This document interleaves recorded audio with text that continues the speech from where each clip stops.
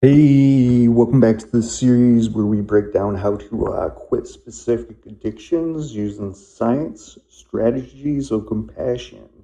We're going to go over the top 100 addictions. We're going to start with heroin here today, and opioid takes over millions of lives. If you or someone you love is struggling, you're not alone, and there's hope. This is your complete recovery blueprint. So stay tuned. Quitting heroin is one of the hardest things a human can do, but you do not have to do it with willpower alone. This video will show you how to use your mind, your body, your environment, and powerful NLP techniques to take over your life back. Hey, if you or someone you love is battling heroin addiction, this video might give you some hope.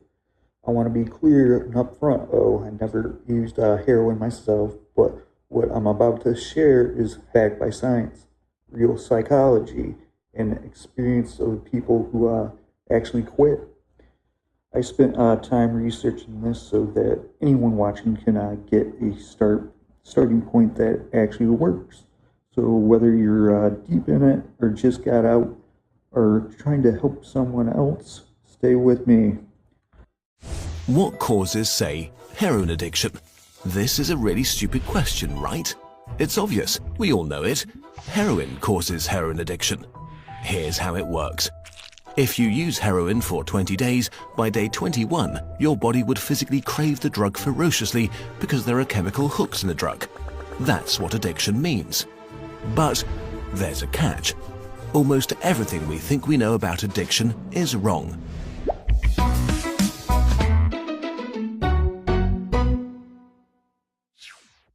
If you, for example, break your hip, you'll be taken to a hospital and you'll be given loads of diamorphine for weeks or even months. Diamorphine is heroin. It's in fact much stronger heroin than any addict can get on the street because it's not contaminated by all the stuff drug dealers dilute it with. There are people near you being given loads of deluxe heroin in hospitals right now, so at least some of them should become addicts. But this has been closely studied. It doesn't happen. Your grandmother wasn't turned into a junkie by her hip replacement. Why is that? Our current theory of addiction comes in part from a series of experiments that were carried out earlier in the 20th century. The experiment is simple. You take a rat and put it in a cage with two water bottles. One is just water, the other is water laced with heroin or cocaine. Almost every time you run this experiment, the rat will become obsessed with the drugged water and keep coming back for more and more until it kills itself. But in the 1970s, Bruce Alexander, a professor of psychology, noticed something odd about this experiment. The rat is put in the cage all alone. It has nothing to do but take the drugs. What would happen, he wondered, if we tried this differently? So he built Rat Park, which is basically heaven for rats. It's a lush cage where the rats would have colored balls, tunnels to scamper down, plenty of friends to play with, and they could have loads of sex. Everything a rat about town could want. And they would have the drugged water and the normal water bottles. But here's the fascinating thing. In Rat Park, rats hardly ever use the drugged water. None of them ever use it compulsively. None of them ever overdose. But maybe this is a quirk of rats, right? Well, helpfully, there was a human experiment along the same lines, the Vietnam War. 20% of American troops in Vietnam were using a lot of heroin. People back home were really panicked because they thought there would be hundreds of thousands of junkies on the streets of the United States when the war was over. But a study followed the soldiers home and found something striking. They didn't go to rehab. They didn't even go into withdrawal. 95% of them just stopped after they got home. If you believe the old theory of addiction, that makes no sense. But if you believe Professor Alexander's theory, it makes perfect sense. Because if you're put into a horrific jungle in a foreign country where you don't want to be, and you could be forced to kill or die at any moment, doing heroin is a great way to spend your time. But if you go back to your nice home with your friends and your family, it's the equivalent of being taken out of that first cage and put into a human rat park. It's not the chemicals, it's your cage. We need to think about addiction differently. Human beings have an innate need to bond and connect. When we are happy and healthy, we will bond with the people around us. But when we can't, because we're traumatized, isolated, or beaten down by life, we will bond with something that gives us some sense of relief. It might be endlessly checking a smartphone, it might be pornography, video games, Reddit, gambling, or it might be cocaine. But we will bond with something because that is our human nature. The path out of unhealthy bonds is to form healthy bonds, to be connected to people you want to be present with. Addiction is just one symptom of the crisis of disconnection that's happening all around us. We all feel it. Since the 1950s, the average number of close friends an American has been steadily declining. At the same time, the amount of floor space in their homes has been steadily increasing. To choose floor space over friends, to choose stuff over connection. The war on drugs we've been fighting for almost a century now has made everything worse. Instead of helping people heal and getting their life together, we have cast them out from society. We have made it harder for them to get jobs and become stable. We take benefits and support away from them if we catch them with drugs. We throw them in prison cells, which are literally cages. We put people who are not well in a situation that makes them feel worse and hate them for not recovering. For too long, we've talked only about individual recovery from addiction. But we need now to talk about social recovery, because something has gone wrong with us as a group. We have to build a society that looks a lot more like Rat Park and a lot less like those isolated cages. We are going to have to change the unnatural way we live and rediscover each other. The opposite of addiction is not sobriety. The opposite of addiction is connection. So the mission isn't just about quitting heroin, it's building your own version of a Rat Park. Tools that actually work. Here's a breakdown of science-backed methods to get free. Positive reinforcement, reward small wins. Everyday clean is a win. Don't wait to feel proud. Reinforce the effort. Future pacing, NLP, visualize your life 6 months clean, even if it seems impossible right now. Picture your body healthier, your eyes clear, reconnecting with people you care about. Let your mind live there for a minute. Replace the ritual. Heroin becomes a ritual. Replace the ritual with movement, walk, stretch, music, cold showers, or even journaling. Just don't leave the space empty. Rebuild social bonds, number 4. Just like Rat Park shows, people heal in communities. Find even one person who believes in your recovery. If that person doesn't exist right now, become them for someone else. Even if it's just by commenting on someone's Facebook post. Hey, you got this. Okay, number 5. Get out of the old cage. If the environment keeps dragging you back, make the plans to get out. Even if it means staying with a friend, getting into a program, or contacting a hotline. Change the cage. And the cravings change too. All right, the habit loop. Let's break it down. The habit loop goes trigger, behavior, reward, and that's with every habit.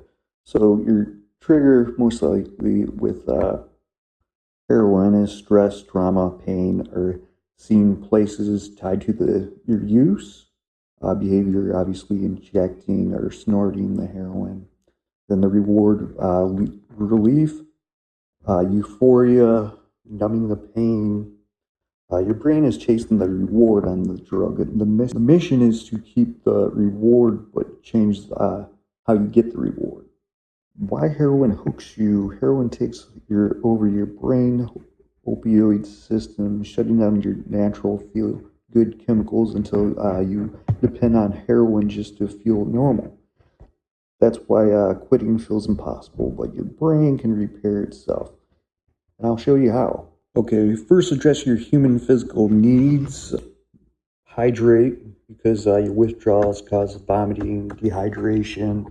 Nutrition, so get your vitamins, easy to digest proteins, and electrolyte drinks. Enough sleep, at least 8 hours sleep. In a calm, quiet place, dark space. Even if you don't sleep the whole time, try to stay in a quiet space for at least 8 hours. Find a safe place, a shelter, safety. Get somewhere stable, even if it's a shelter. Get on medication to help. Medication assists treatment, like Suboxone can be life-saving. If you skip these basic, your brain will force you back into a heroin to survive. Addressing the 6 human needs, next, meet your 6 psychological needs in a healthy way. Certainty, daily routine, have some variety, new hobbies, new music, new sports. Significance, feel important by helping someone. Connection, connected to a group, true friends and family, someone you trust that will care about you. Growth, learning skills, personal goals, and contributing. Give back, share your recovery story. And this one is huge because it helps fill all your 6 human needs. If these stay empty, heroin will fill them for you. Okay, let's add some powerful NLP tools to your plan. Future pacing. Even if you can't imagine your future clean, visualize it anyway. See yourself a year from now, walking up healthy, smiling, holding your job, hugging your kids. This programs your mind with a success pattern. Next up, anchoring. When you feel proud, maybe you want one day clean. Physically press 2 fingers together and say out loud, I am strong. Repeat this every time you feel proud. You're writing the emotions and those words to those positive state so you can trigger it any later time. Reframing, changing how to see cravings. Instead of I'm weak, tell yourself this craving is proof my brain is healing. This small shift can transform your pain into a sign of progress. Language patterns. When talking about recovery, use language like I'm recovering. Identify. Choose to heal. Empowerment. I can rebuild. Possibilities. The language locks in the new belief. Replace behavior. Swap behavior while keeping a reward. For pain relief, guide breathing, stretch, safe movements. For euphoria, run a runner's high, intense exercise. For numbing the trauma, counseling, trauma therapy. For belonging, a positive peer group. And keep up the body cleanse. Green teas, eat your greens, drink a gallon of water a day, light exercise, make sure you get some sunshine so you get that, soak up that vitamin D. Your cravings will weaken faster if you do that, so help clean you out. Support someone else right away. If you're supporting someone quitting heroin, here's what to remember. Don't make their whole identity about quitting. Don't focus only on the addiction. Why? Because constant focus on the addiction still gives the addiction power. Even relapsing can feel rewarded in a twisted way if it means everyone pays attention to them. Instead, encourage hobbies. Celebrate positive behavior. Highlight skills, talent, and any good choices. Remind them of their worth beyond heroin. Focus less on quitting, more on living, because where attention goes, energy flows, and you get more of what you feed with time and energy. Reality check. Heroin withdrawals is extremely painful. Body aches, sweats, vomiting, anoxia, depression. But these symptoms are proof your system is repairing itself, pushing through one day at a time. Each clean day builds a strong brain. Environment and accountability. Change your environment. Throw away paraphernalia, cut off toxic connections, rearrange your space to feel fresh, build accountability, talk to someone, call helpline, join a program, anchor to a bigger purpose, faith, family, and your dreams. Your environment can be your greatest enemy or your greatest ally. You are more than your addiction or heroin. You are worth recovery. even if you don't believe it yet. Closing warning, this video is for educational purposes, does not replace medical or detox supervision. Quitting heroin could be cold turkey can be dangerous depending on your body. Please talk to a doctor for detoxing, especially if you have been using it a long time. Final words, you're not weak, you're not broke. Heroin changes the brain, but the brain can heal. Just like a rat park, you were never meant to suffer in a cage. You were meant to connect, to feel, to live.